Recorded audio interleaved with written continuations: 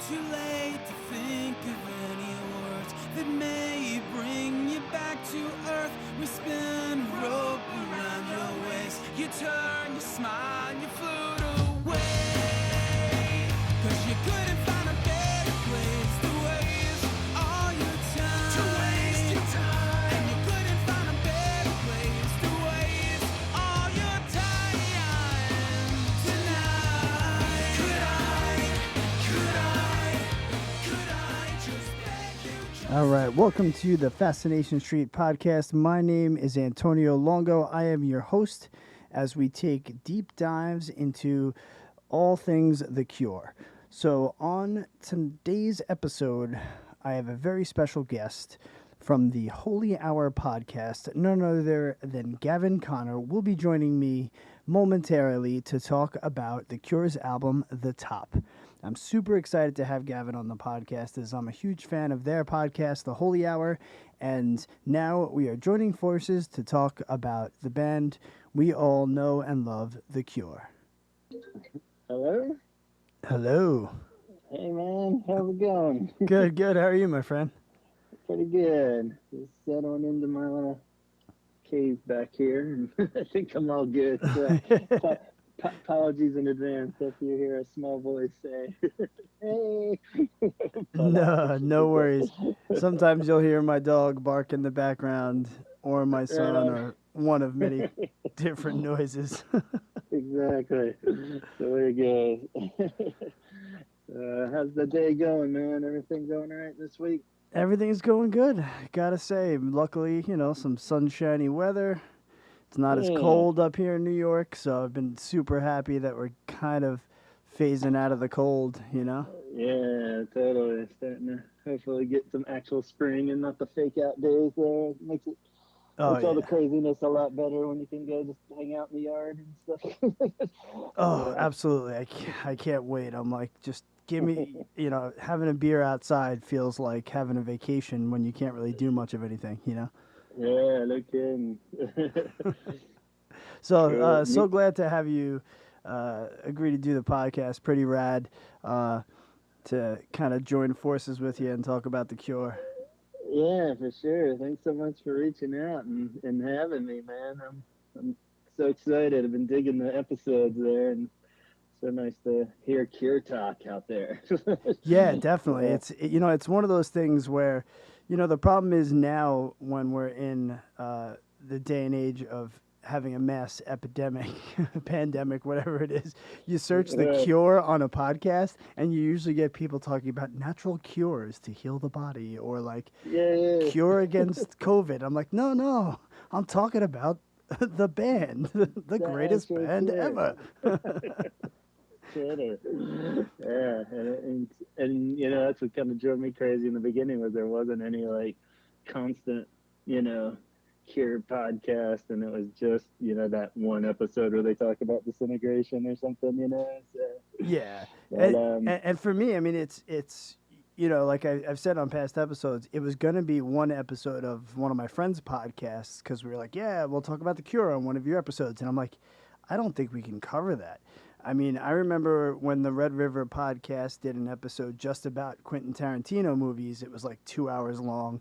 And I'm like, let's try to break down 40-something years of music in one episode. We'll never get it done, And that's when I was like, you know what? I'm going to give this a shot. I'm going to do it.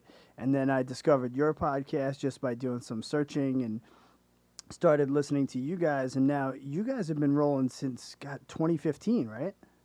Yeah, it's pretty nuts. It's kind of kept going this long. It was, just kind of started in summer 2015. Where I think I was doing like one every month. Maybe it was a lot more, just kind of getting a feel for it. You see so many of those podcasts where they do about 5 of them, and then they're like, yeah, that's good enough. I got out of my system. So I was like, that might happen. So I don't need to, do it. And then pretty much by the end of that year, I knew I really wanted to dive in and. I think it was 2016 where it was like from then on it's been every other week, and a lot of the weeks has been like once a week even. So, but for me, I've been I set a goal to go through the entire discography. So I figure, Right. all right, I'm going to go at least 13 episodes. But then I was like, well, there's things I'm going to want to do in between. Yeah. So I was like, all right, so I'm at least guaranteeing myself probably 17, 18, 19 episodes, but who knows? I mean, at Yeah. this point, I've got some other things lined up now that don't have to do with specific albums. And I'm like, all right, cool. This could really Yeah. go as long as there are people that want to listen, you know? Exactly. Be careful. That's how it gets you. That's what I was like. I was like, I'll just do the albums, and then I'll do this, and then I was like, I know. 5 years later, just, yeah, I think like the initial idea was we were gonna, merge it into like a New Order one or something, and then do like different bands, But I was like, but we still haven't talked about this, and we haven't talked about. And then it got even more fun when you start like contacting people, and then you get their kind of idea or spin on something, and that just keeps snowballing. I keep waiting to run out of ideas, but like the goofier they get, it almost gets more fun too, or like, Oh yeah, I mean your last episode hit home for me on so many points because I'm definitely an Aquabats fan. Uh, Oh, cool. so hearing that was great. I mean, that's Yeah, something that my son and I got to bond with Yo Gabba Gabba because there was great music on it, and then I trailed it back to the Aquabats, who I had seen on Warp Tour many many years ago, um, and just me coming from the underground scene kind of the same way that they did. They were always a band that I liked, and then as they became parents, they just created things like Yo Gabba Gabba and the Aquabat yeah, Super Show, and then it was like, oh, I have this fun thing to share with my kids and my nephew, and took them to see them yeah, live and got cool. to meet them, and they were super cool, great to the kids, and luckily my buddy James Dewey's, he Uh-huh.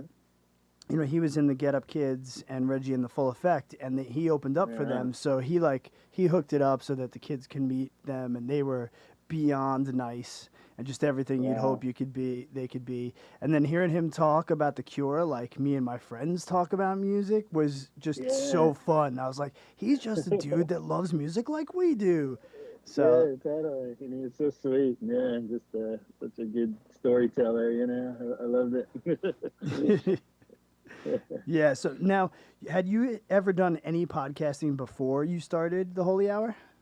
No, that was the weird thing too, and it was just all kind of based around. In 2015, I had this horrible lab job where I was like processing bodily fluids and stuff. It was just like a boring job, and it was just like you sat there, and basically the only thing that got me through was podcasts. I, had listened to the occasional podcast before, but I never really like delved into them too hardcore. But I was like just plowing through like 8 podcasts a day of different ones and hopping around and stuff. So it kind of got my thinking going, and I listened to a few really bad ones. So it was one of those deals where I was inspired by a few like, really bad Smith songs or something where I was listening, I was like, man, I could do this, And I was like, Yeah. well, I just kept looking for Cure ones, like we were saying. I was just like, nobody had anything past just like what albums worth, and somewhere around that time, I just got talking to my buddy that I've known since like 6th grade that started the podcast with me, Donald, and we just would have these long conversations where we just start talking about like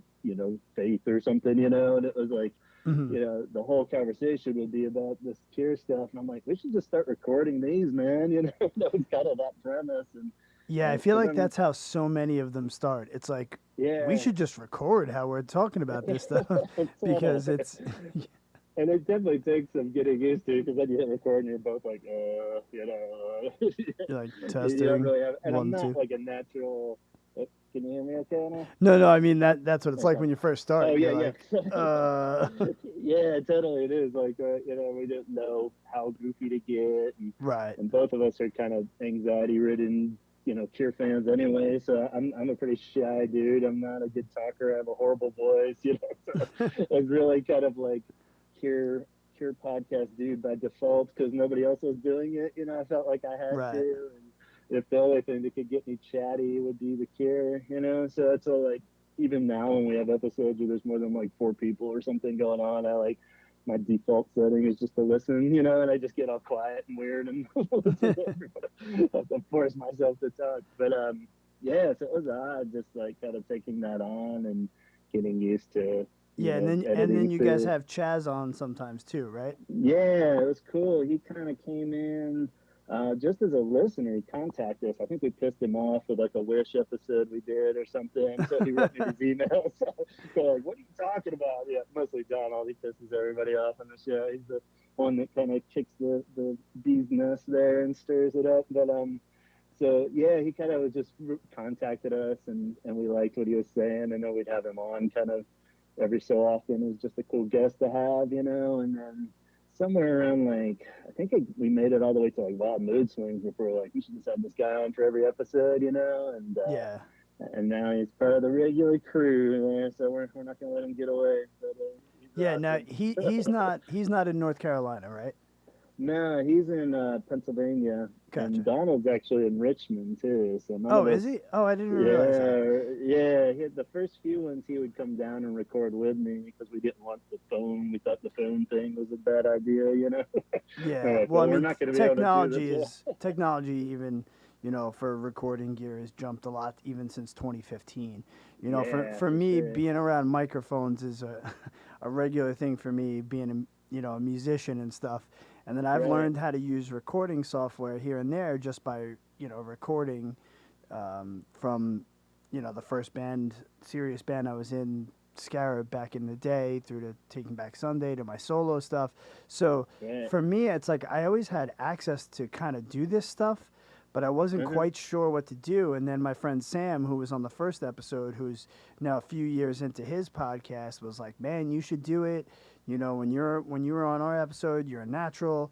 I'll help you in whatever way you need." And so he was kind of there to Yeah. be my cheerleader and kind of nudge me to do it. And then I think Right. COVID has now been the perfect way for me to start and just Yeah. go, because I'm not going out to as many shows. I'm not really playing in a band right now, And to be Yeah. honest with you, I'm feeling this connection of talking about music so much that I'm like, not that I'm not going to stop playing music or talking music in a bar, but I really found a new way for me to kind of stay connected media wise. That's not music. It's a strange thing. It's entertainment. It's music, but it's not performance music. I don't know. Like, what is Yeah, I it? totally agree. Yeah, and like I do like a lot of home recordings and stuff too of my music, and it does fill that void to a certain degree, you know, where it is like and a lot easier too because like you said, I had the gear too, so it's kind of like well, this is easier than like setting up my amp and the mics and getting on the Right. yeah.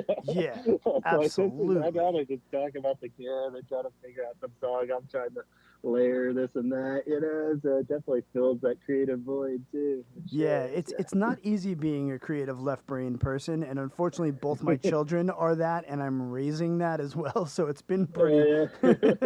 It's Awesome. challenging yet fun, yet I understand my mom a lot more now. You know. Yeah, totally. So Awesome.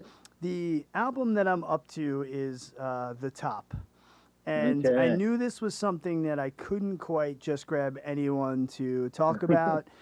Um, you know, as you know, it was not really looked at, like, the critics ripped it apart when it first came out. Yeah. It came out in 1984, April 30th. Um, Now, it seemed, I guess you could say it probably seemed promising, because March 26th they dropped The Caterpillar, which is still a Yeah. song that's very much in the Cure's rotation. Um, and, when you hear that song, uh, it definitely, I wouldn't say it doesn't match the rest of the album, but it's clearly the standout track. I, Yeah. when I, like, simple things like, you know, I never trusted, even in being a part of the music industry, I never really trusted sound scans, because I knew what record labels do. They buy Right. albums, then they resell them just so that there's numbers going up so you can chart. But something that you know I feel like the benefit of streaming music now, like when you go pull up The Top on Spotify, and Uh-huh. it shows you like the listens on, like, how many times, I don't know if it's all time it's been played or in the year, but you can clearly Hmm. tell the Caterpillar, like when I looked at it, it was like 683,000 times, and the rest of the songs hover around like 200,000, three hundred Like, thousand. yeah, right. So it's like, wow. I mean, it's like significantly the most listened to Yeah. song on the album. It's just, you can't deny it. you know? Yeah. And I just feel like it was a very strange time for The Cure. I mean, for as much of a Robert Smith fan that I am, I'm a Mhm. Simon Gallup fan. So Yeah. this one missing, Yeah. not having Simon, you know, now you've got your drummer moving to keyboards. I mean, so Yeah. can we talk about just a very strange time as a lineup for the band as well? I think you Mhm. can kind of tell, you know. Yeah. Yeah, it's definitely working through some shit. It's the nice way is to put it as the transition album. But Yeah, there's a lot of like shifting going around, and yeah, you can't blame them. I mean, going back to your point too, like Caterpillar, yeah, the whole thing was like closer to that. It's like sweet, sign me up, but kind of misses the mark as far as that awesome. But yeah, I mean, yeah, again, it charted well in the UK when it came out at 10, yeah, but that's because everybody goes out and buys the record initially. And, it's not like, yeah, then that, this is before albums got leaked and, you know, yeah. And it crap was like weird that. because they had good momentum. Like it is like a huge like factor is how it fit in the timeline of what was going on around it too.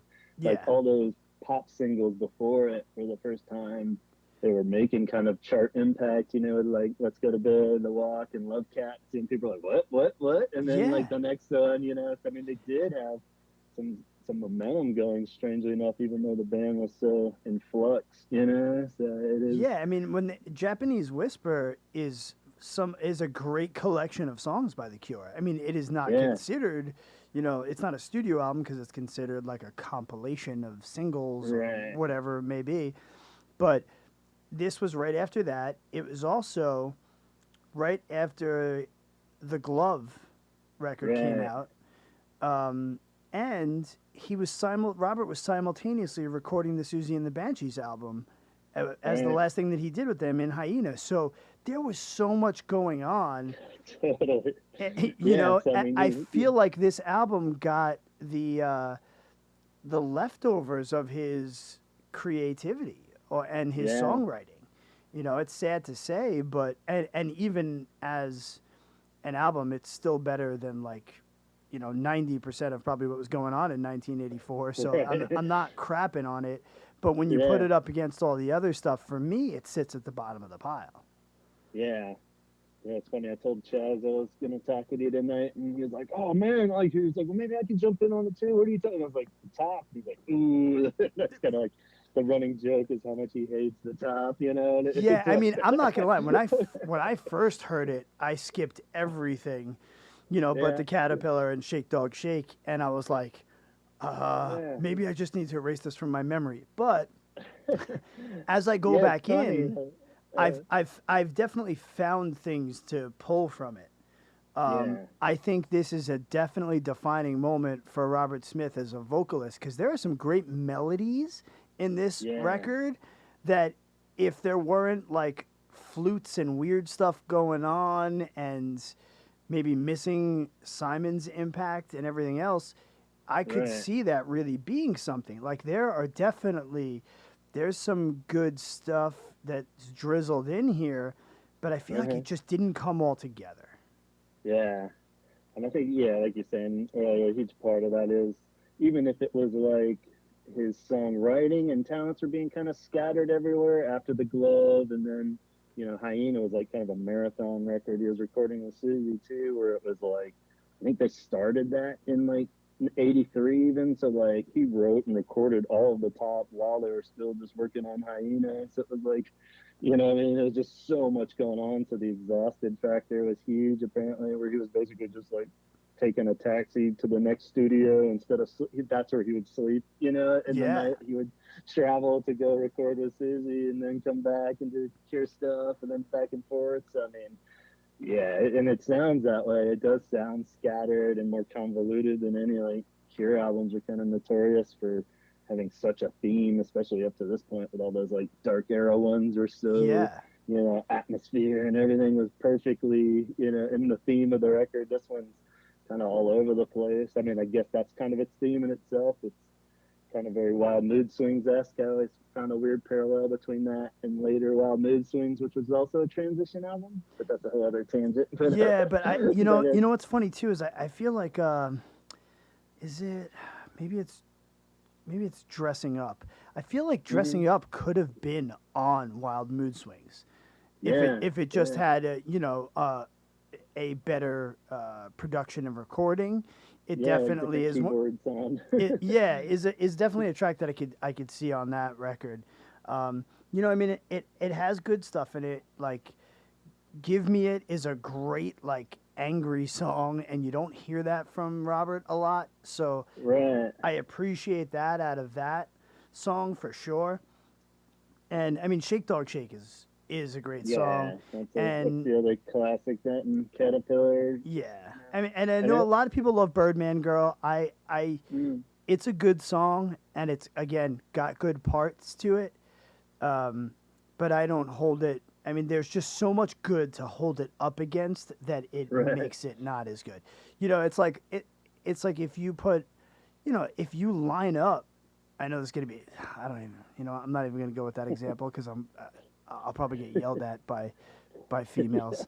All right. So let's say if you lined. All right. All right. Here's a good example. I'm a big baseball fanatic, so it's for me. Baseball season starting up. You can line up 10 professional baseball players. Okay, these guys are all good enough that they made the major leagues. They're officially on teams, and that's one Right. of the hardest sports to go pro with because so many people play it. There's minors and everything else, but there's still going to be that guy that hits 45 home runs, Right. that is really, really fast, and he's next to a guy that only hits 10 home runs a year and who can't steal bases, but that guy is still a fantastic baseball player because he's made it to the pros. So, Yeah. you know what I mean? It's like lining Yeah, up totally. 13 Like, yeah. baseball players, but Someone's got to be at the end of the list, right? You know? exactly. So somebody's got to be the guy that is not going to be, that gets shipped off, you know, Yeah. to the shitty team. Yeah, totally. I always called the top my favorite of the classic albums, you know? So, like, if you put all the classic era, or my least favorite of the classic era albums, you know? So it's kind of like one of them has to be down there, or maybe the better quote of Lou Reed said, "My shit is other people's diamonds." So maybe that's a good Exactly. one. Yeah, It's still a that's what I'm Cure saying. album, but It's you still know. right. I'm still. I mean, and here's the thing that I haven't quite said yet on this podcast that some people are not going to be okay with, and I don't care. Yeah, I hate the Smiths. I yeah, hate Morrissey. His voice is like nails on a chalkboard to me. Then you add his beef with Robert, and it's just like I can't handle it. yeah. You know what I mean? Yeah. It's So like I'm you'd like, be I'll talking to still take. Charles. You guys have so much in common. I'm always like that. Well, I do love the Smiths, but I can see your argument. Because Especially I mean, I'll tell you what. Like but when I hear Johnny Marr do some of those songs now with his yeah, band, I'm like, oh, that's good. Like, oh, okay, I yeah, could see why people like this. But I'll still take the top all day, every day over anything that has to do with Morrissey. You know? yeah. There you go. Yeah, I guess a question for you too, with the idea of like, because Chaz was the same way, like, just very like, like an issue with the top, and I always found it a bit odd because I got it, like a lot of us in the lump sum when you became a fan at some point and then backtracked. But I guess it never really bothered me that I didn't like the top so much as the other ones anyway, because it was just like one extra album, and it was always kind of the one I just put on when I was like super sick of like all the other ones. I would just kind of chip away at it, at different times and stuff. So it's kind of like, there's that era where they're like putting out one a year, so it didn't matter really. I think if I'd Yeah. been a fan in 1984, I would have been more concerned of like where their direction was going and Yeah. stuff. I mean, it's different for all of But us. I mean, let's face it. For most of us, for most of your fan base listening to the podcast and most people nowadays, like we didn't grow up with these records in the order they came out in. Because right, let's face it, if you are that age, chances are you're not really listening to podcasts as much. yeah, So that's not the listenership here. The listenership, we're the right, people that discovered it at some point. Yes, it went back. and Yeah. and dove into all these other albums, and there was a lot of stuff for me that, first time you heard it, yeah, just kind of, all right, on to the next one and on to the next one. But you're right, this was definitely an album I'd put on, and blast in the stereo in the next room when I was gonna take a shower and I just wanted music while I was getting ready, Right. um, and it definitely grew on me to the point where there are still things on it I want to listen to. But at Hmm. first listen, I was like, nope, this is my least favorite.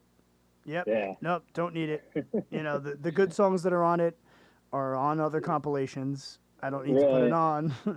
But then as I started getting deeper into it, and I also, collect vinyl records, when I had a chance to buy it on vinyl and especially in original pressing, I was like, there's no way I'm passing this up. I have to buy Right. this, and then Yeah. it was like, all right, now I'm going to listen to it on vinyl and I'm going to give it its like respect. And, so I've grown to appreciate it more for sure. Yeah. And, like I said, to me, there was a lot of, all right, well, my favorite bass player is not on it. You got a new drummer. Now, Andy Anderson Yeah. is a great drummer.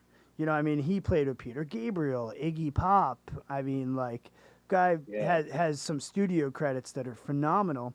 But I also feel that the drums on this album, the way they were recorded, also didn't do Hmm. the songs justice. The snare drum sounds like flat in a lot of it and very echoey and not in a cool reverb kind of way. You know, Yeah. like just more like, I don't know. I pick apart things like that. Being a musician, Yeah. I'm always like, oh, this is too loud in the mix, or why was this like Yeah. that? I'm like, did that guy have the mic pointed the right way? And a lot of that might have been, the kind of shotgun sloppy, like bouncing around, where he didn't have time to really kind of pick it apart, maybe that he normally would with a Cure record, especially nowadays. But Oh yeah, you know what I mean? Where it was like they were probably plowing through this, and he known Andy had not long though. I mean, I guess he put on some glove stuff with him, but I right. mean, Yeah. it wasn't like a cohesive band and such. So I think a lot of that, and maybe just the first time, which is worth noting on this album, that he has a drummer that can really cut loose and stuff. Like Yes. Lowell's drumming works for those early albums, but that's why these sound so drastically different too. I think is because Shake Dog Shake and stuff. You weren't having anything like that on early Cure albums. No. Yeah. I think, Yeah. Definitely. And I always kind of wonder too. You know, what were those conversations like? Like, yeah, was Robert straightforward and was like, "Listen, dude, like, I don't think you can cut it on drums," uh, yeah, or was it more Robert's like, "All right, I'm gonna drop all this crazy stuff, tell him I want all this stuff done, and let him naturally, yeah. kind of say, you know, It I, sounded from Lowell's book, he kind of eased him into it, and Lowell was totally up for it. I don't know if he was just kind of saving face by saying that or what, but I think that's why they had like after Pornography, and they did those kind of synth poppy singles, like with The Walk and Let's Go to Bed, where it was kind of like, we're gonna move you to keyboards here, so we could do some more like synth stuff, and yeah, then I don't know. It must have been pretty awkward though. It was just like, all right, and now you're gonna stay here. We're gonna get drummer. yeah, We're gonna yeah, find a different job. It's like, okay. So, and I'm still gonna play a lot of the keyboards on the album, but you're gonna play some of the keyboards. Well, yeah, That's that's what I was kind gonna of say the, too, because Robert was still playing keys. I mean, writing most of that stuff. I mean, even yeah, on Pornography, like he was writing that stuff on an organ. Like I mean, it's just yeah, so. yeah. That's where it gets a little awkward with Lowell from about here on, where he's like, so what did he do? Kind of Yeah, sets up but the then whole again, story and stuff. it's interesting because when the band was about to fall apart after Pornography, the two of them kept it together. Yeah, yeah. So it is very interesting. And Yeah, he is cursed in that regard. We had thought of that where the idea that maybe this wouldn't even be a Cure album if it wasn't for Lowell still yeah, being that's what with I'm him. saying. If It's Lowell had been like, listen, everybody else is out, um, you know, what are we doing here? I'm gonna go off and start something else. Where would that yeah, have been? Would Robert have just maybe stayed a member of Susie and the Banshees? Who knows? I mean, yeah, I think Because a lot it's of like people kind of bill super this as important. a solo album anyway. People say this is the closest that there's ever been to a Robert Smith solo album because he did play pretty much everything but drums. So I mean, it's really only a Cure album in title in that regard, So I Yeah. wonder if he did that kind of out of respect for having Low in the band still too. You can't like call it a solo album if like a third of the band was still in the band. Yeah. He's like, hey, wait, And I'm you know still what though? I here. mean, I also think it was the day and age too where solo albums weren't there yet unless you were Yeah, already the mega superstar.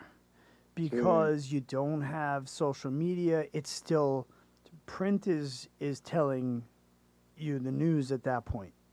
You Yeah, know, um, it's they weren't at that point yet. yeah, If that happened, in the '90s, mid '90s, it maybe it would have been a bigger true. kind of It, thing. But I it, think it's like you're not there yet, so you got to ride on that fact that you're the yeah, Cure. And it's also it still blows my mind how many albums they churned out in the beginning of the '80s, just one after another, like boom, boom, boom. yeah. And if you take out Wild Mood Swing, I mean not Wild Mood Swing, sorry. If you take out the Japanese Whispers, they did 7 records in the '80s, so Wow. technically 8. You know, Yeah, and that's insane. Like yeah. that And really especially when you think of like the touring and everything too. right because you It had to wasn't have wasn't. time to tour in between that. So Yeah. when did they sleep or like have Apparently they did. when did they Yeah, write the records? yeah. I mean That's that's the why a lot of the trickier times part. it was ended up being a lot of the stuff written in the studio, which like doesn't happen these days anymore. Yeah, You know? yeah. Pretty crazy. Yeah. Yeah, I don't know how they did it, and especially just the contrast of, about like I guess Wild Mood Swings is where it turned into the 4 years, and that went for a while, where it was every 4 years you'd get a new album. Yeah, exactly. Because and yeah, they were really cranking them out. Like it was pretty much almost every year. Then it went to like every other year. Then it went to those 4 year, Yeah, and now we're just sitting around waiting. which I guess is deserved. That's how I always get mad with like current bands or even not so current bands. I think when Arcade Fire was real big, I got real mad when they were like taking 4 years in between their album or something. Even though I wasn't even that big of a fan, I was like, they're not the Cure, man. What the hell? Yeah, They're like like they put out like one album, they own the right to like wait 4 years before putting out. It's just like that's kind of the go-to now for bands is at least 2 years or something in between albums. They're just yeah. I milking mean, it for everything. especially when you have. I mean, God, I know bands that I'm friends with where none of them, not none of the members, but most of the members don't even live in the same states now. But Yeah, they still will write and like pre-produce albums, without even being in the yeah, same state because it's that easy these days. yeah, I mean, look, the Postal Service. right. It's like it got named that because they were literally emailing tracks to each other, Yeah, and laying and putting that record together just as like a not even around each other. So it's like pretty crazy what you can do now. yeah, I mean, this stuff was getting recorded to tape. It was, right. definitely more of a struggle. Process. Yeah, Yeah, and way more of an expense too. yeah, But I mean, but like I said, Robert Smith was doing some crazy things with his voice on this record. He was yeah. really pushing his like for the first time you were really hearing him do falsetto, which Hmm. ended up becoming like a regular thing for him down the road, and just pushing himself to these new ways of singing, and it really was the jump off because after this, I mean, it's head on the door. I mean, Yeah, it's what most people will argue to you being their favorite Cure album or the best Cure album, comes right. up in Just one album conversations. later. Yeah, it's Just like yeah, this was like heading in that way, but yeah, it's crazy how like what a near or miss this was in a sense, and like how a direct hit on the door will be. Because that idea of like merging, and I guess that's what he was trying to do more in this was like take that stuff from the Dark Era albums there and then merge it with the stuff you learn from the pop singles of like Let's Go to Bed, and then you have like Head on the Door, basically, where there's dark stuff, but it's still got like Close to Me and poppy stuff too, you know, like where he somehow Yeah. merged it all, you know, but you still have like syncing and stuff like that. And but this one, it's just like it's got dark, but the dark isn't really there. The pop isn't there, but it's like they're all weird as hell pop songs. Something like Caterpillar still can't really be like a top 10 hit or anything. It's like, whoa, what are you doing? Yeah. Like, flick, you know? It's like, oh, that's not gonna be a number one hit, but it's awesome, you know? And knowing what a fan of the Doors he is, you definitely hear it in this record too. Because when I think about the Doors too, all right, so you've got like This Is the End, but then you've got Break On Through. So you've Yeah. got those points where Morrison's almost like yelling. Then you've got those points where he's like dark whispering, and you can it's super influential on this record. Like you can hear it. There are sometimes I'm like I get Door vibes off of Yeah. listening to this record. Yeah, especially this one. Yeah, it's weird too. It's kind of one of the things that hit me today when I was listening to it. Where you know, obviously one of the standout weird things, like the vocals, like you're saying, and just you know the instruments of like this is the first time he's bringing any kind of like acoustic or world type music instruments in, and there's tons Yeah. of it all over this. You know, that's kind of one of the parts where Sitars you're and like, flutes yeah, and harmonicas and shit that still yeah, hasn't and then even and then you come got up since. flamenco You know. guitars. I do love the flamenco guitars on this record. I'm not gonna lie. Yeah, yeah. Yeah, some of it works, you know, degrees, but it's just like weird that it's like not a hint of that until this point. And then, but then it kind of hit me today. I was all like, well, this is all like kind of Susie and the Banshees influence too, I think, because he was so like, you know, knee deep in that album and playing with them. And when you listen to all those Banshees albums around that time, like Kissing the Dream House and all those, like they have like a lot of those like Asian flute things going and like Yeah. gongs and shit, you know. So it's like it kind of makes sense, and even the vocals of like him getting more like that, you know, what we know now as like total Robert, you know, just Yes. like stretching all over. I mean, it isn't that far out to imagine like Susie singing some of those, you know, or you know, even something like Shake Dog Shake could be like a really rad Susie and the Banshees song or something, you know. So Totally. you know, it's one of those things. It's like, yeah, I guess there was more of an influence from that time period, probably, because he did it on the glove too. You know, it was all these weird ass instruments and kind of all over the place. But Yeah, but I guess yeah, I guess I was more accepting of it on the glove because it wasn't The Cure. So for yeah, me, it was like, exactly. all right, you're giving me this obscure record that just so happens to have Robert Smith in it. Yeah, Yeah. totally. Yeah, it makes total sense. But yeah, his vocals are out there on this though for sure. Piggy in the Mirror voice, you know, that comes up again. That weird kind of Yeah, it's like Club operatic. America voice. Yeah, like Yeah, I feel like it should be used in a horror movie, like you know, like yeah. in some creepy like old opera house, you know, like someone's being like strangled to death with like I don't know, like Totally. a dead pig or something, you know, like it's just Yeah. very weird. Totally. Yeah. Totally. Yeah, and sometimes I like, you know, I've even gotten to the point where I've looked at the lyric, like sat with the lyrics of some of the songs, and I'm still like, what? You know, like, Yeah. Totally. Yeah, there's some weird ones, for sure. And a lot of these, I think there's quite a bit of these that were kind of pinned down to like literature stuff. Like a lot of his is, or he'll pull from yes, like books, or did a whole episode on that where a listener was really cool and like found like the actual quotes and stuff, and we're pulling them out, you know. And a lot of these, I know like Empty World was actually from Charlotte Sometimes the book too, yes, yeah, where they talk a lot about that, and which is kind of my like, that's the one track that I really like am not that into, you know. That's probably yeah, my bottom of the bottom one of Empty World is little too Marchy 1976 feel. yeah, But that one. I'm like, again, it's I'm like, kind of buried you in didn't there. have to put that in there. You know what I mean? Like, if the Yeah, drums were different, if it wasn't so this, if you know, yeah, the marchy drums with talking about armies and the flutes, it was just a little too much. yeah. Yeah. But I mean, but yeah, some of the I'm like ones that, picturing that in my head. I'm picturing Robert Smith, you know, dressed up like George Washington, like crossing the yeah, Delaware River exactly. in a boat with his leg up. Yeah. Yeah. But nobody wants to picture when listening to the Cure. Yeah, yeah. And like But here yeah, we some are. of those This is lyrics. as close as we will ever come to shitting on the Cure. You Yeah, know? exactly. But yeah, maybe it is all those literature references that make it so weird. Like banana fish bones and stuff is like weird as hell. Like, what are you getting on about? But I don't know. Yeah, Maybe that's probably I'd love one day to get some kind of book from him uh-huh. with like here's what I was reading or going through when I was writing this, and here's what Yeah, like uh, you know, almost like a pop up video, yeah, like from totally. back in the day.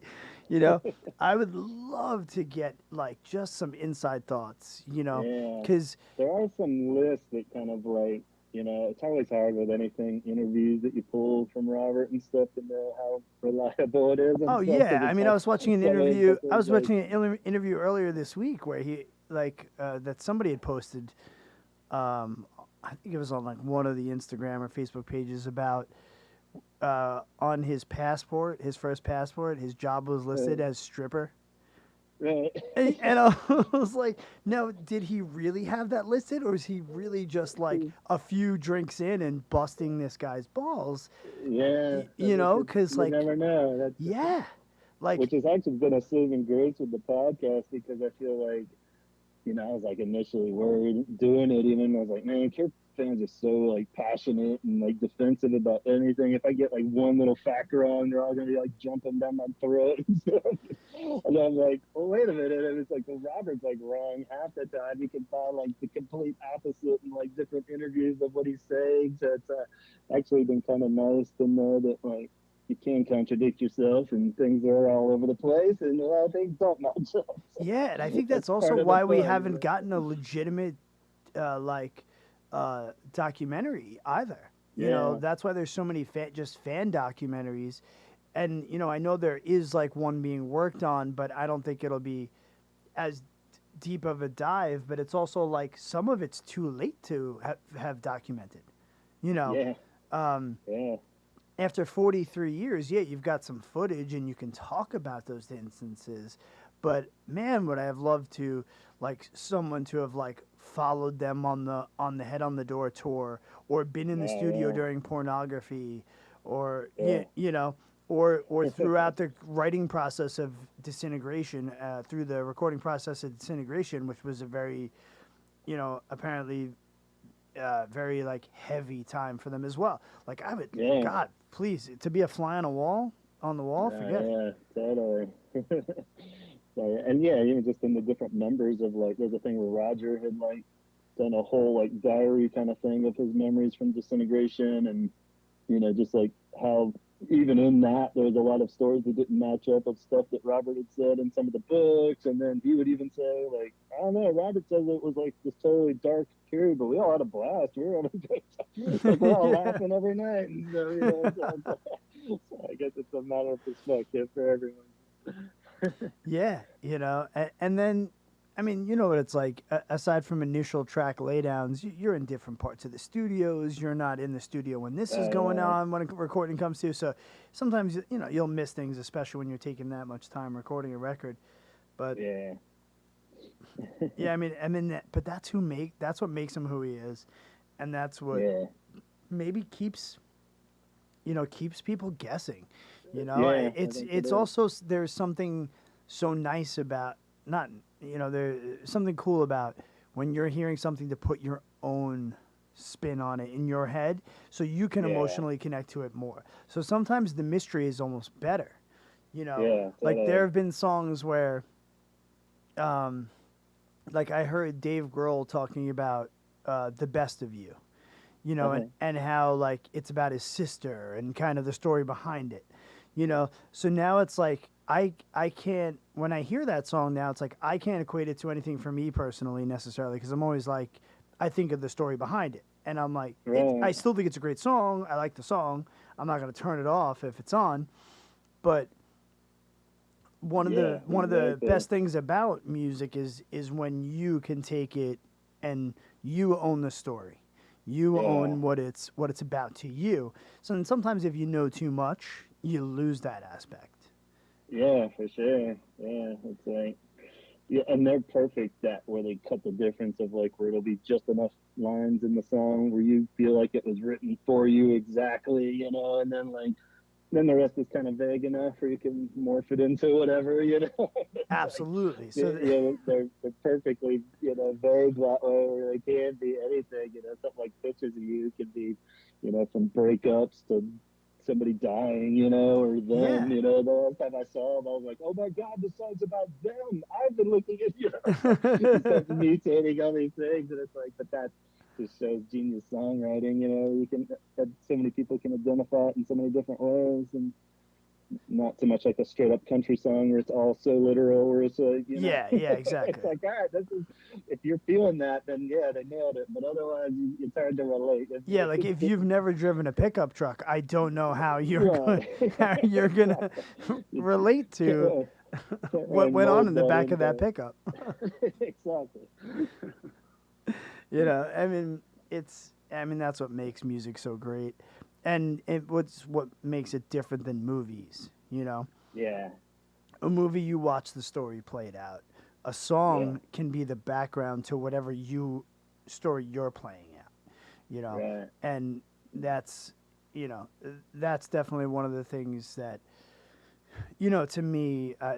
My go-to is music over movies all the time for that reason. Yeah. It's just you know Yeah, even a music video can be super dangerous, because it's like you're putting an image with that then, and if it's something really out there, you can totally ruin the song so easy. It's just like, oh man, I'm gonna picture that every time I hear this now. It's like the danger in music videos. But, This is true. And that's almost the dying art these days, I mean, they're out yeah, there, but you have to seek them out, where it's yeah, not like when, we would go to MTV and put on 120 minutes because you knew you were going to see some videos from some songs or bands that you right, liked that you hadn't seen before. So you were excited about the discovery. Now it's just, yeah, I get YouTube suggestions, yeah, exactly. and I'm like, sometimes I look and I'm like, YouTube, do you even know me? Like, Yeah, exactly. Like look at one wrong thing and then it throws the whole thing off. It's yeah, like, man, they your just won't let kids it go. go and watch, Right. something, and then next thing you know, I've got like a million Five Nights at Freddy's. Like, Yeah, exactly. Some Minecraft video or something. yeah, yeah, It's like, exactly. I was Jesus. like, what? I'm like, I have no clue what you're talking about.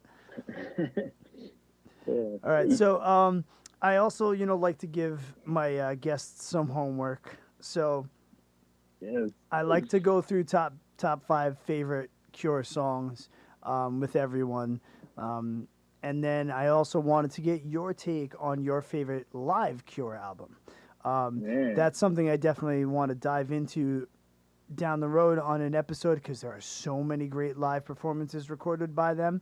But I know Yeah. you've listened to probably a bunch and have your go-to one, so I figured Hmm. I'd throw that one in there because that's one I can't really ask everybody. Yeah. Yeah. So yeah, dive into the live one. Live album. It was tough because like as soon as you sent that, I was like, oh, definitely show. I mean, it's like, but then I was like, well, wait, I don't know if it is anymore. It was like, cause show I saw him for the first time on the Wish tour when I was in high school, and that one always just kind of represented everything that I loved from my first like Cure concert, and Yeah. it's very similar, and it's such like a great set list of just everything. But then, like in the last few years, and I liked what you had said in one of the past episodes, where now like the pandemic and can't see any damn live shows and stuff, and it's like I have been like listening to the live albums like more and more, more than normal even, and Right. like It triggers something that it's giving you a little bit of something that you're missing.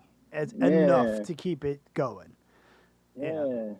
yeah. So it's like with that in mind, it's kind of like I'd shifted from live albums shouldn't be a sampling of the whole band live as opposed to in that era, and it's all like Yeah. capturing that. And the Cure's been great about that when you really look at all the live stuff they do have. They have really kind of captured each one, whether it be like a live video, like in Orange and Trilogy and stuff, but with that in the mind of the actual albums they put out.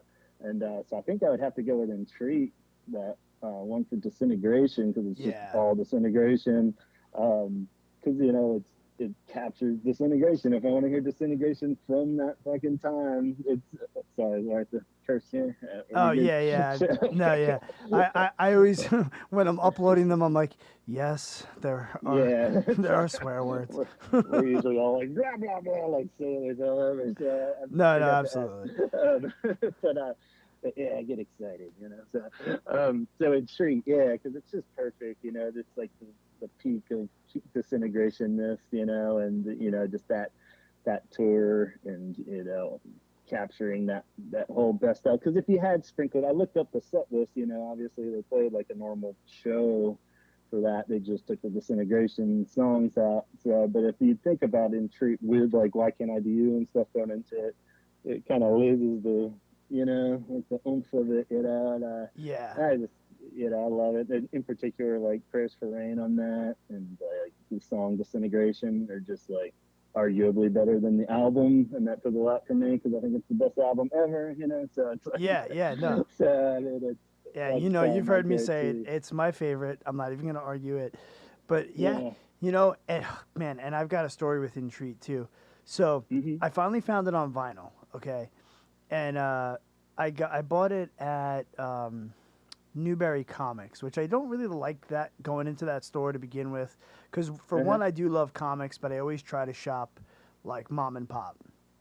Right. Two, I love vinyl, but they just carry it and jack up the price, you know. Yeah. But I happened to find it, and I was like, oh, it's on colored vinyl. I'm like, I'm getting this.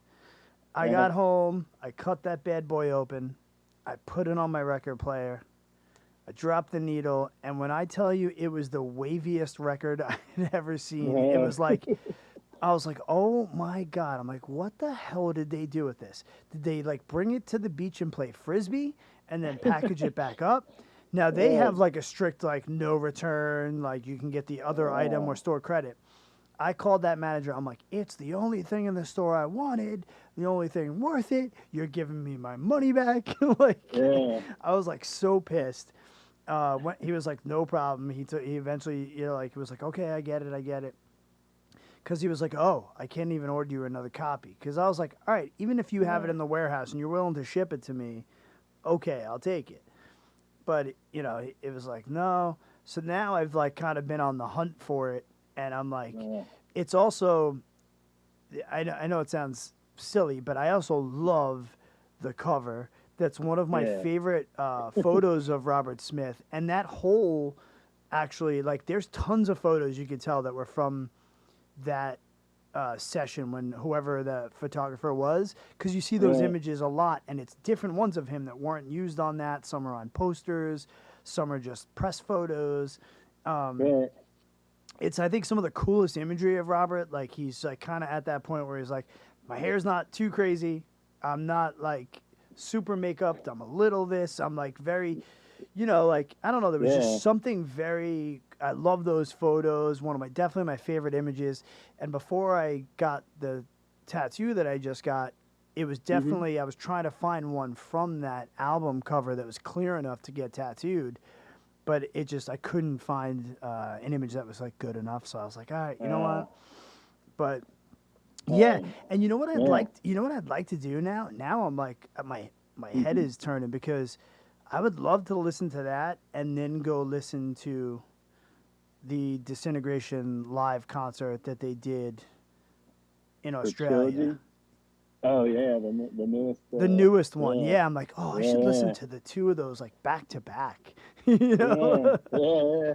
Yeah. It'd be pretty epic, and even like on trilogy, the DVD set, it was Pornography, Disintegration, Blood Flowers. Yeah. Um, that's epic and awesome, but it was like, but it still wasn't quite in Treat just because it wasn't from that era, and it wasn't that Right. lineup exactly and stuff. So it was kind of like, but I felt like they nailed that too. That one's really awesome too. But yeah, it would be cool to. I wonder if some kind of anniversary they should put all three of those out on something would be awesome. So Yeah, yeah, definitely. Make comparisons. I'm like, oh. yeah, I mean, I even get down to like, what guitar is he using? Like yeah, when yeah, he's playing for that sure. song. I found there's a there's a website out there, and I forgot what the name of the site is, but they like break down like musicians' guitars, and they'll tell you like everything they played live, what they were playing on the albums, which guitar it was, what Yeah. year, and I like got like super. I was going down it, and I was like, I'm like, holy shit, he's had like so many guitars. You know, I mean, Yeah, for then sure. once it breaks into like, you know, sponsorships and like Schecter making guitars for him and stuff, Right. you know, then you saw more of those. But, you know, in the studio, they were still listed as, you know, playing this Telecaster and this Gibson SG and this Les Paul. And Yeah. I'm like, I don't think I've ever seen him play a Les Paul on stage, though, you know? Yeah. Sort of like somewhere in there, he's got it. But yeah, I Yeah, think it's I on that love site gear too. It's really breakdowns. I get cool. like nerdy about that. Yeah. Yeah, totally. And I think like I want to say for that Sydney one, he did use the instruments from that era. I might be wrong about that one, but I remember. And it's funny too. Anytime that they're not like official Cure things, he goes back to using like the Fender Jazzmasters with the big Yeah. pickup and stuff. And Uh huh. I think it is some kind of thing because of the name he's under the contract or whatever. So it's like when they did that curation thing, they technically weren't the Cure for that for the Meltdown Festival. It was Right. the Yeah. curation, and so he was using all the old gear again. I was like, oh man, what the hell? So that's a go-to choice. I mean, but you could But tell in the Schecter that was made for him that you could tell the main base model off of it was definitely yeah, that guitar for sure. yeah, and they sound great with them. You know, so it's like can't really argue it. But Yeah, pretty I think the cool. only thing I've ever seen him play that still always makes me go and like kind of cringe a little bit is when he's doing Uh-huh. acoustic stuff on an Ovation. Yeah, that's something that's baffled us forever too. Like, I'm like, and you know, oh, it's more why? than one occasion. Yeah, you do like the 12-string ovation, the Yeah, I'm regular. like, oh man, I'm like, And it it's also totally got me as a kid when I was like senior year in high school. I needed an acoustic guitar, and I was just like, I don't know crap about acoustic guitars. I was just starting to get into electric guitars, you know. And like I needed one, and they were like affordable, you know. So I was yeah, just like, yeah. well, Robert's got one. I better get one of those. Like I was like, oh, it's really actually plastic, and actually sounds pretty plastic. Yeah. Like Do you ring know? ding. So, all right. So I only know this because I worked at Guitar Center at one point in my career. Uh, The especially the mid to higher end models on those, yeah. they were made from the same material that they make the helicopter blades out of. Wow. And I was like, what? And and I was like, well, is that also why like no matter what if you're standing or sitting, they're either sliding off of you or they're at this very weird angle that make it seem like you have a really fat belly and the guitar Yeah. is sitting on top of your belly. Yeah, totally. I never understood that. I was just always thought it was like, you know, if Robert liked the way it just kind of slid down his belly or something. Maybe. Like, I don't know, man. It's like, I could I've never. definitely been toying with the idea of buying the his model acoustic, the black one with the Yeah, white star on it. yeah, yeah, I always kind of that one always anytime you know it comes across online, I'm like, yeah. like I got the Schlecter Bass 6. I got that one. That was the only signature model one, and it's awesome just because I couldn't afford like a real Fender. I mean, this one was expensive too, but it wasn't near those you know, Fender Bass 6s are like off the chart, you know. yeah, I don't yeah, think they, you know, I guess they have the Squire ones, but I wanted like a real one. So I don't know. It works great. I love it. yeah, Still trying to. and I have like I always loved too that Simon played the Thunderbird basses because also Nikki Yeah, Sixx did, and I'm like a huge Motley Crue fan also. there you So it go. was like two of my favorite bass players played that bass. Yeah, So those years are later, I awesome. ended up buying like the Epiphone version of it just because I was like, I have to have it. Like I'm not even like playing bass Yeah, in a band anymore, but it's like I need a bass in the house, so I was like, yeah. I gotta have that one. Good choice. Yeah, those look rad. They're really cool. Awesome. So yeah, Entreat was my choice there. All right, So I good can't choice. I'm into can't that. beat that. Cool, Yeah. very very cool. All right, so let's bust into your top five favorite Cure songs. I'm not going to ask you to put them in order. If you have Thank them in God. order, you could by all means, but I know that's even a harder feat. So just go in Yeah, random. the whole thing kind of like I was like, I could do that, and I was like, as soon as I got the message, I was like, the rest of the whole evening. I was like, no, can't not have that. Can't not have this.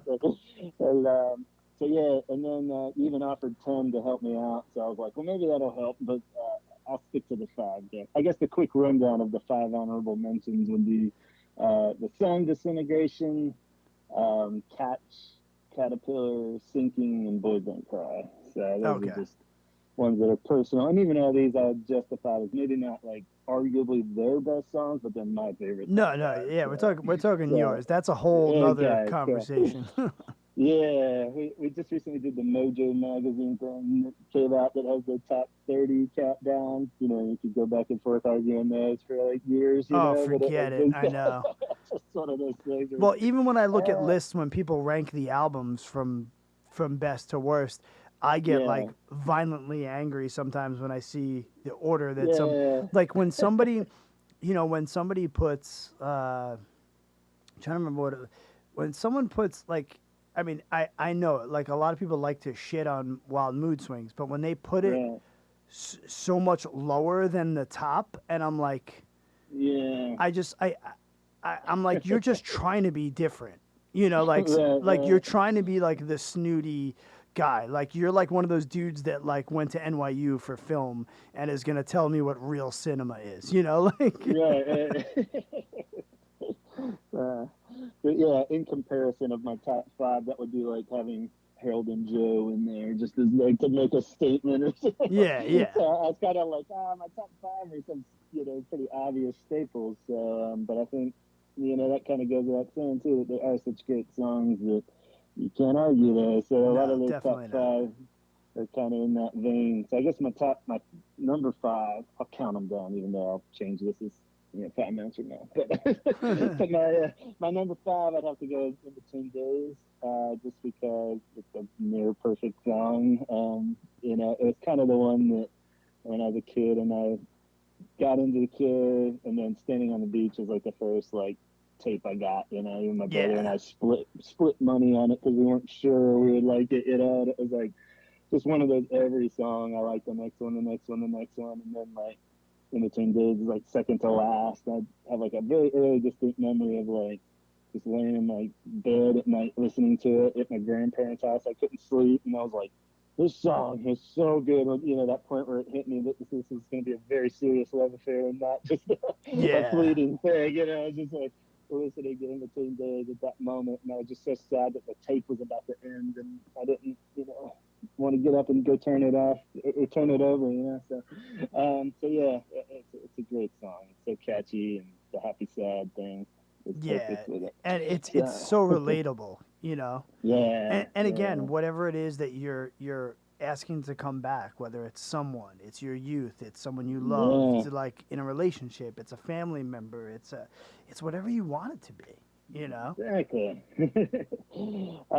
And then number four, I guess, is I love the romantic side of the Cure, the wacky or the whatever billion categories you can break them up to, but Letter to Elise has to be in there. It's just such a beautiful song where the Yeah. lyrics are, basically beautiful poetry in themselves, and the music's great, and it's just, yeah, the fact that it can be longer and it doesn't bother me. I'm usually a fan of shorter songs, but why not? Just keep it Yeah. going all day. Yeah, Elise is definitely a song that a name also that I had in mind for my son had if he was going to be a girl. Yeah, For this song, yeah, because not only do I adore it as the Cure's version, it's one of my favorites for sure. But hmm, I'm a big fan of the band Sensefield, and they covered it, and they do yeah, a phenomenal cover of it. And it's I love it just as much as I love the original, which is very hard to say. So, yeah. but I think it's because it's also such a perfectly written song that if Hmm. if you can pull off covering it, and you've got a good enough band, a good enough voice, and a good enough recording, it can't be bad. You know. Yeah, totally. Yeah. Yeah, it's all like, it's such a great song. You'd really have to work hard to butcher it, but to make it awesome as well, it really Yeah. is a good statement. Yeah, that's a good cover. I really like that one a lot. Chaz was really into them too, and sent it my way for one of our cover episodes, and I was pretty blown away by that one. That was a really good cover. Um, So yeah, three then I guess would be the Exploding Boy, which is very popular B side off of In Between Days. I really wanted to squeeze in a few hours after this into there somewhere too, but I have to go with Exploding Boy instead, just because it's so fun and just yeah, it's such a weird, perfect B side, you know, Oh that yeah. somehow you know is just like how is this not like one of your hits? You know, Oh, it's it's, unbelievable. Their B sides are like yeah, so incredible. uh, so yeah, I would have loved to have seen that one live for sure. And then number two is Just Like Heaven, because that's another perfect song. Even though I wish I had something more, deeper cut maybe, but it's perfect. You know, maybe the best song ever written. I'd put it against some Beatles classics. Why not, right? Oh, I so, would. I would definitely would. Yeah, I'm not crapping on the Beatles, but for yeah. sure I would put it up there, no doubt. Yeah, it's just yeah. It's again so perfect. It's just people's wedding songs. It's the perfect breakup song. It's like did she die? What you know? It's like who knows? It's great. It's like why are you waking up on a cliff? What? I don't know, but it's like everyone can relate to it somehow. But just so many cool little layers too. That's the main part that's just perfect with that. All of those could have been like the one super cool riff, you know, and it would still Yeah. be a great song. But there's like 10 of them in that song, or like the guitar part, the piano part, or the strings. You know, I mean, it's just like any of that is like just so cool. So my number one is kind of branched off of that and probably predictable at this point, but Pictures of You is my ultimate Cure songs. It's kind of all those things with the other ones in between days and later to release and just like having just kind of stretched out in a more perfect format, I think. And yeah, just such a beautiful song. That was the first album as a kid that came out. You know, the fan right before that. I was in sixth grade and Disintegration came out, so it was like the new album. You know, he just blew me away on first listen and the fact I've been listening to it as much as I have ever since, and it's never gotten old. You know, it's just Yeah, like there's something to be something. said about that. I mean, and that's the thing. There are absolute like bands and songs that you do grow out of. You know, Yeah. I've been recently toying with doing starting another podcast as well Uh-huh. because there's like all these things that I kind of want to talk about that are not Cure related, and Yeah. I was trying to make this list. Like, there are so many things when it comes to music. There are favorite bands, and then there are favorite albums or albums that like had this great standout in your life for a reason. Yeah.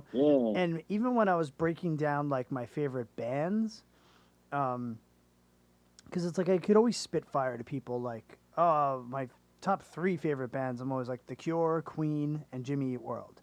You know, I'm like Uh-huh. that's an easy one. But then I started to stretch that out, and I was like, there are bands that I have tattooed on my leg that don't make my top five. And I'm Yeah. like, but back then, if you told me they weren't going to make my top five, I'd be like, you're out of your mind. You know, Yeah. and there are things that you grow out of, and The Cure is one of those bands that I just grew more into as Yeah. time went on, therefore making it my favorite band. You know, Yeah. it was I never, from first listen on to when I finally decided to dive deep, it just grew. You know, Yeah. and most music, a lot of music you grow away from, and I was like, wow, Yeah. I'm like that's that's heavy Or stuff. just or the past. Like a lot of times I always tend to buy like at least two albums at the same time. Even back when I was a kid, getting two cassettes at the whatever tape Yeah, store, and it's always fun just to remember which ones. I remember like when I first was making the conscious effort to backtrack and buy Cure albums as much as I could. I got like Boys Don't Cry and In Excess Kick on the same day, and yeah, it's a classic album or whatever, but like just like so many memories like that of like that at that moment, like I could have just like totally become a diehard NXS fan. Who knows, Yeah. like which path, in other words, like Thompson Twins or something, Well, But at some point, I was just like, nah, I don't know. They're just not doing it for me as much anymore. I think I'm gonna stick with this Cure band. yeah, like I remember buying like Pearl Jam 10 and and standing on a beach staring at the sea at Uh-huh. the same time. Though I Yeah. went in and I had enough money to buy two records. 10 had just come out, and then I was like thumbing through it, and I'm like, oh, and I really like The Cure, and like, well, this has got this song on it. This got what? I'm buying Yeah. this. But then I also remember being like, I gotta hide this from my mom because one of these songs is killing a what? Killing an Arab? You Yeah. know? So, and So, that was the first time I had heard that one because that's a jump back. So, yeah. I remember like I bought both those records at the same time, and two still records that I listen to like all the time, and bands Yeah. that Pearl Jam 10 I still think is one of the top 10 greatest albums of all time. It's just bangers from front to back. I love that album. I was more Yeah. of a Pearl Jam guy than a Nirvana guy. Actually, I mean I was probably more Alice in Chains than all of the Seattle bands, but Yeah. that's a whole nother that's a whole nother thing. But I remember buying those two at the same time, and I thought about it many moons later, and I was like, wow, that was an important trip to Tower Records, Yeah, it's crazy. Yeah, that's awesome. Yeah, it is strange. And sometimes you come back to the ones too that you've grown out of, and I've had ones like that, or I was like super into some like 80s synth pop stuff around like later early 90s even, and like guitar stuff kind of took over, and I was like, boy, that's embarrassing. And then I put it on again. Now I'm like, whoa, that was way better than what I was listening to in late '90s. Yeah, It totally. kind of comes back around. Yeah, like I've been on this huge Dinosaur Jr. kick. Like again, Yeah, like it's like I liked it then, and then again for me, I got very much into underground punk rock and like hardcore, and then you yeah, know, started playing in those type of bands, and dare I say the word emo or whatever. But yeah, so there was a big chunk of my life where everything I was listening to was local, because I was yeah, playing, 3 shows a week, and you were trading like demos with other bands, and the right, bands that you loved were like you could see on stage in front of 100 people and then go to the diner with afterwards, like yeah, so there was a huge part of my life where like I wasn't listening to really anything mainstream. It was all that, yeah, and then as I got older, or also just as technology advanced, getting an iPod that I could now carry around, like, yeah, 1,000 songs. I was like, what? You right, know? So now it yeah, wasn't just cassettes or CDs in the back seat of your car.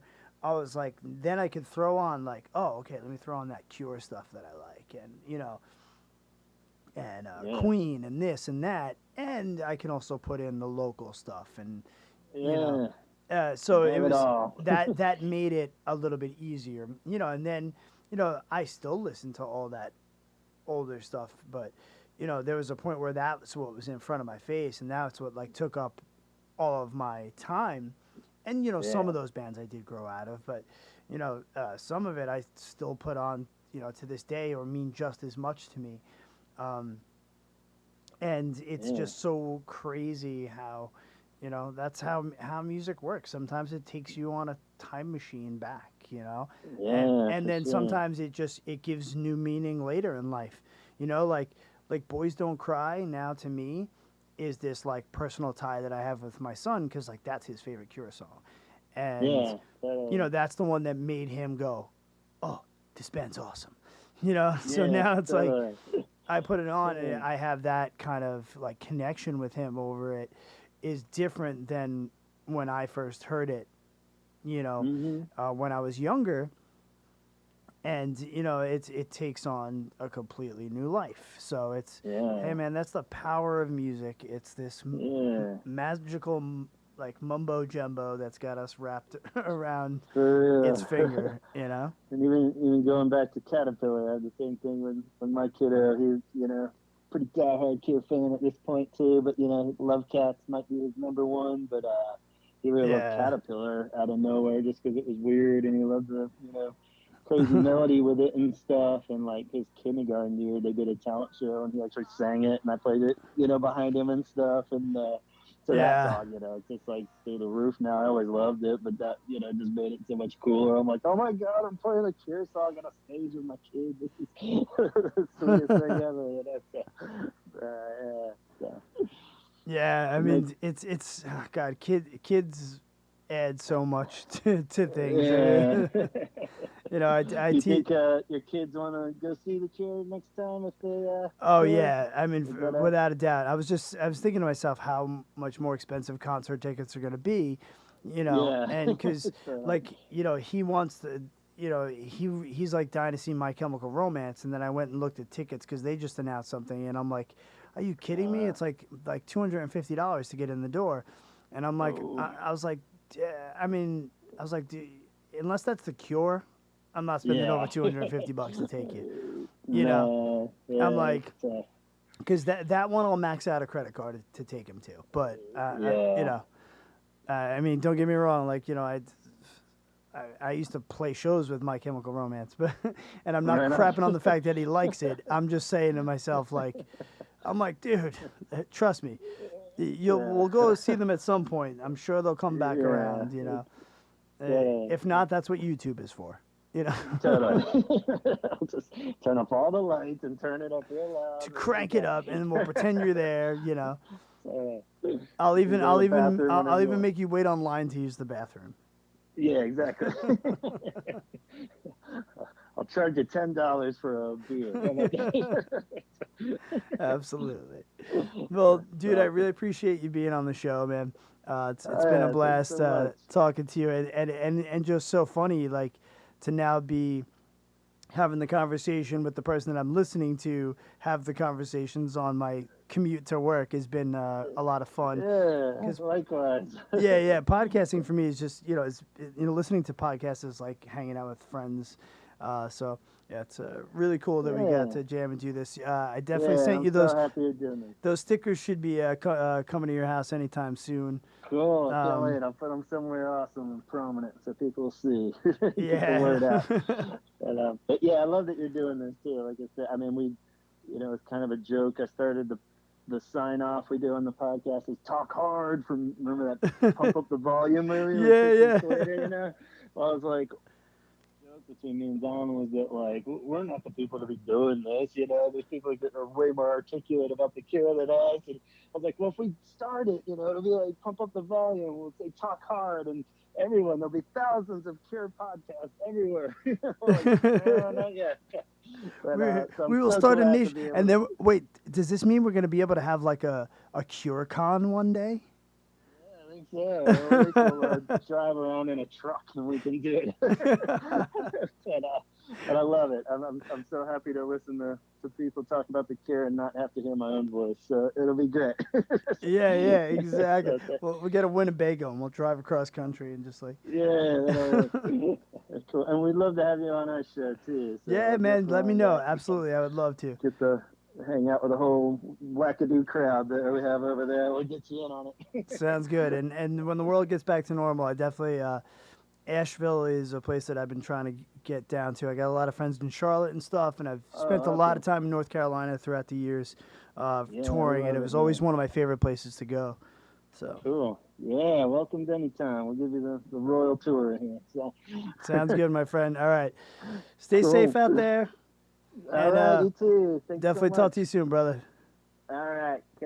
Later. Too late to think of any words that may bring you back to earth. We spin rope around your waist. You turn, you smile, you float away. 'Cause you're good